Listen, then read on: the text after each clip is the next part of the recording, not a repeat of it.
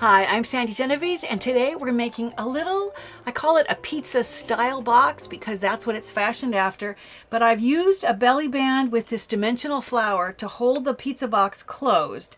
And when I slide the belly band off, you can see why I'm calling it a pizza box, because it opens like a pizza box. And inside, I just have what's going to be a fun little accordion scrapbook. That's just a mini book. I haven't added the photos, embellishments, nothing. All I've done so far is create the pizza box and the belly band that actually holds it closed. So in order to begin, let me start first with the box itself. So dimensions. What you want to do is you want to start with cardstock or construction paper that is 6 inches wide by 10 3/4 inches long. And then with your scoring tool, you want a 1 3/16 perimeter around the whole thing. So come in 1 3/16 and do your score. And then this edge, 1 3/16 from the edge and score. Same thing here and same thing here. So the perimeter on the outside of this box has a 1 3/16 inch edge, and it's going to be both the lid and the bottom, because remember, they're in a pizza style box, they're all attached. In order to have the middle be 1 3/16, you come in from one edge and go 3 5/8, and then if you come in from the other edge, you go 3 1/2. And the reason that will leave you with 1 3/16 in the middle, and the 1/2 inch ends up being the bottom, which is just a little bit smaller than the lid, which has to have enough extra size to come and slide over the top. Once you have all of your score lines, you want to fold all the same direction. So in this case, all of my folds that I'm making are valley folds. So I'm doing the perimeter first. So I have my 1 3/16, and then I'm going to come in and fold on what will be the middle of the box as well. So that will give you all of your folds. Then you want to come back and you want to cut out a little wedge. It's going to assemble. You want to cut on the fold line first. So I've marked with pencil so you can see. Here's the fold line. You cut on the fold, but it goes together a little bit better if you cut a little wedge out. Don't cut out of what will be the side of the box. Cut out of what will be the tab. Doesn't need to even be very much. But by cutting this little piece out, when you end up folding this box together, this is going to go on the inside, and this seam, you leave this nice and solid so it goes right to the edge. If you do it the other way and cut your tab out of this section, when you fold it up, you'll see that. And I'm gonna actually show you, because I did my first one that way, so I'll show you for my mistakes. Anyway, you're gonna go around, and on every fold line, you're going to cut right on the fold, which I don't normally mark it with a pencil, but I've done it so you can see a little better. And then into what will be the tab, cut a little triangle wedge. So I'm cutting on the fold, and then coming in and cutting out that little wedge. Now you would continue cutting all of these all the way around. I have one that I've already cut. However, it's the one where I mentioned I cut the tabs out of the sides instead of out of the tabs. So it's not, I cut the little wedges out of my sides instead of out of the tabs, which was not the smartest thing. And that's how I learned that's not what you want to do. What you want to do once you have all of them cut, and of course you've already got everything folded, is you want the adhesive, and the adhesive is going to go on all of these square tabs that are going to pull up. So I'm going to turn this over so that I can put on what is the larger section, or the top. I'm going to put adhesive on, I'll just fold this over so that I can put it on the section that's going to fold in. Remember, you're going to do probably more adhesive than that. And I'm going to bring this around and bring up the side and do the same thing. And when you look closely at this edge, I shouldn't call your attention to my mistake, but you'll see why. This isn't going to align perfectly because I cut my little wedge out of the side instead of out of the interior tab. Not smart. That's going to be the top. The bottom, I'm going to do all 4 tabs and build the bottom of the box all as one solid piece. So let me fold in each tab and put enough adhesive to hold it together so you can see how this works. And I'm going to bring in, first I'll bring in this edge and push so that the adhesive will stick, and this edge. And then do the same thing with these two. You can see how the top is wanting to come over. Try to position this so you can see. So at this point, you can see that you've got really a pizza style box that when you fold up, it's just really cool. I think it's easiest to open and close this by having, and many pizza boxes have this little place for your finger, a little finger hole. So I'm just going to take, this is a 3/4 inch punch. You can mark the middle if you know, I'm going to eyeball when it feels like it's about in the center and come in. I'll try to do this so you can see, and then just punch a little finger hole out of that so that my lid has just an easy way, once it's all closed, you can see that now it's easy to open and close by having this little finger hole there.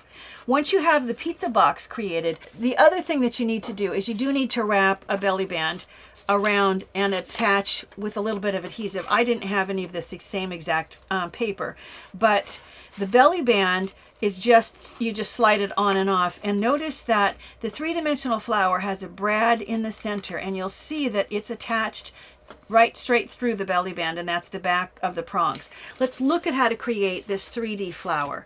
What you want to do with the 3D flower, and I'll leave this on the table here so you can see, is you want to start, and I started with a die cut. Here's the die cut that I used.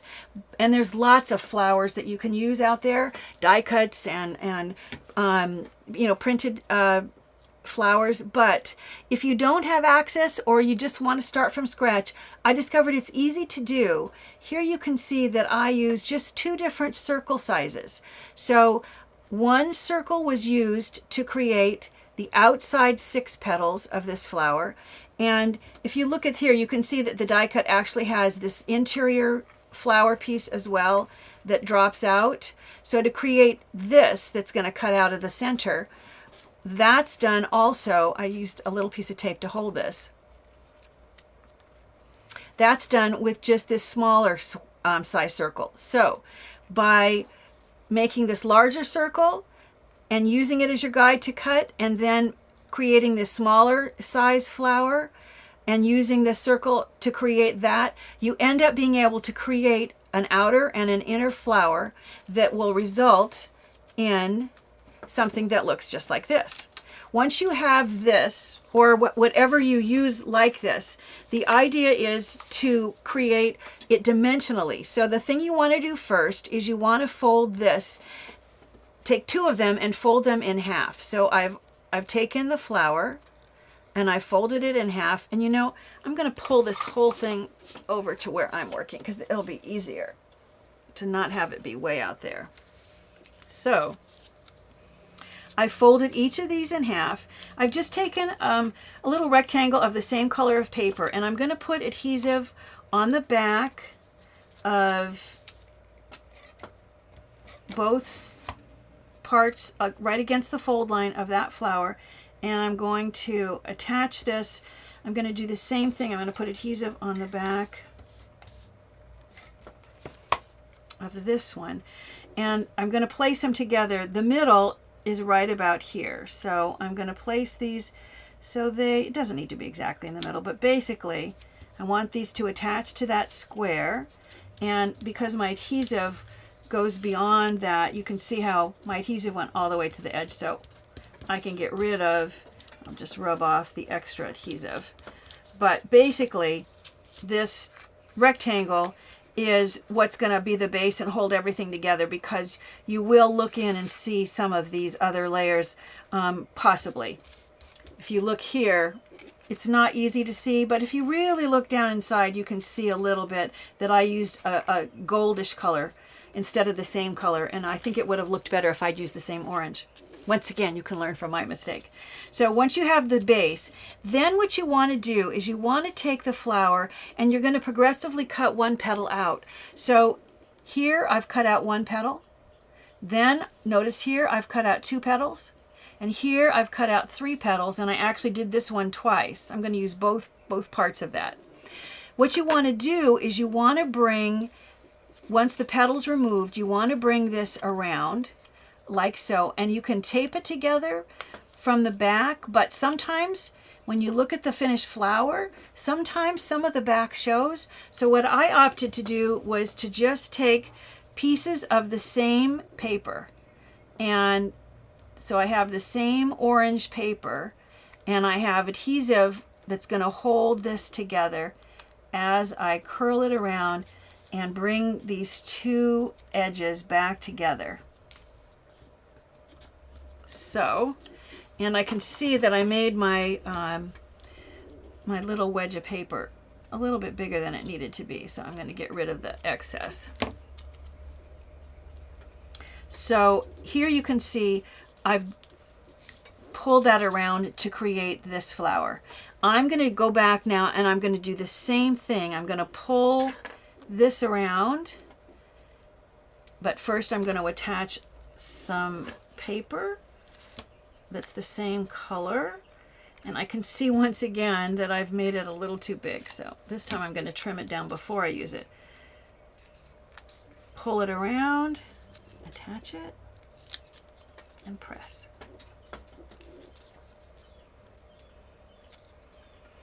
So now I need to do the same thing with the one where I've removed 3 petals. So I'm going to just pull it around and attach the ends together, and to do that I'm going to go ahead and place my paper strip with adhesive, press, bring this around until the 2 ends meet, and press. I'll turn it over so you can see. You can see how it's really curling into a fairly tight circle. And then I like to repeat this last step twice. So I'm going to do the same thing. I'm going to bring this around like so.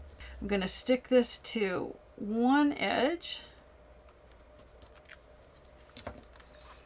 and bring this around. I might even curl this one even a tiny bit tighter than the one before, just they'll nest inside either way, but this way I have everything I need to start building.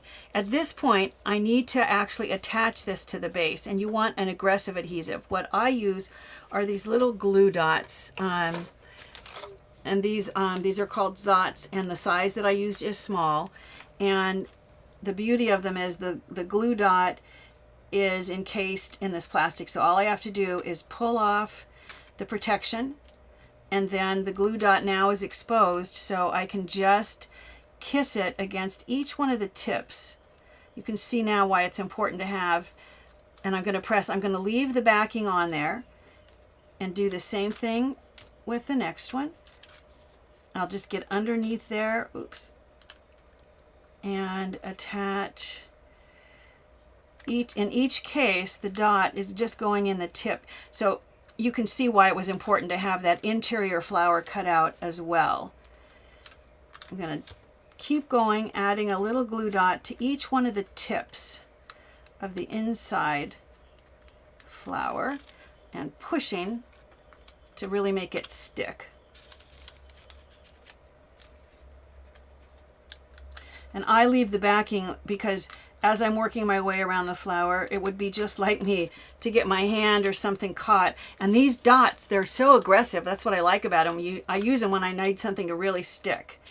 So I want to keep the backing on until it's time to actually stick the whole thing down. So at this point, I now have the glue dot stuck to all the tips. I'm going to pull off the backing to all of them. You can see how wonderfully these work. Really, I'm just in love with all of these little dots. They're so great. So now if you really look closely, you can see I've got adhesive on every one of the tips, and I'm going to just place this, doesn't matter in what position, so that it sits and nests on top of. And those glue dots, I'm going to push against each one of those little tips so that it sticks to the one before. And you can see why it's important to have something aggressive. There's not very much paper that's making contact with paper. So that's why. Then what you're going to do is do the same thing, and I won't stop to do it, but you're going to put glue dots on each of these tips and nest it. And then put glue dots on each of these tips and nest it. And then glue dots on each of these tips. So see how you end up building this really cool flower. And just because it's a little faster, I have one already built, even though it's red, but it's a color that I like with this. So you end up then with everything, and you have your final flower inside. At this point, I go back with my screw punch. If you wanted to use a regular punch, you could punch it the little rectangle that we started with. If I go back and show you, let's take all these layers out. This rectangle that we started with, you could get in while it was still flat and punch your hole out of the middle. But sometimes it kind of shifts around on me, so I like to wait until all of my layers are in there. And then I'm going to, because I'm using a screw punch, I need a cutting pad underneath. And I'm going to just punch a little hole right in the middle that I'm going to use to be able to attach the brad. It's going through a few layers, so I'm going to do a few. This is the screw punch that I got. It's a Martha Stewart craft tool. And see how I've now punched out the little circle. And now I just need to take a brad, and I've got some really fun choices. And in this case, because this flower is red, I think I'm going to choose the brad. I'll turn it over and you'll see it has a nice long stem, which makes it a little easier for this project, because you have to get your fingers in there and push those two prongs so they go in the hole. And then you can see they push through.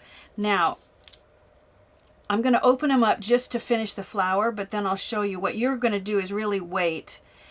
This finishes the dimensional flower, and look at how cool that looks. But when you do the one for the pizza box, you're going to wait until you slide it onto the belly band, and then you're going to open up those prongs. So they open up, and that will connect the whole thing so that it holds onto the belly band. And once you do that, then all you have to do is just slide your belly band back onto the box. And it's just so easy.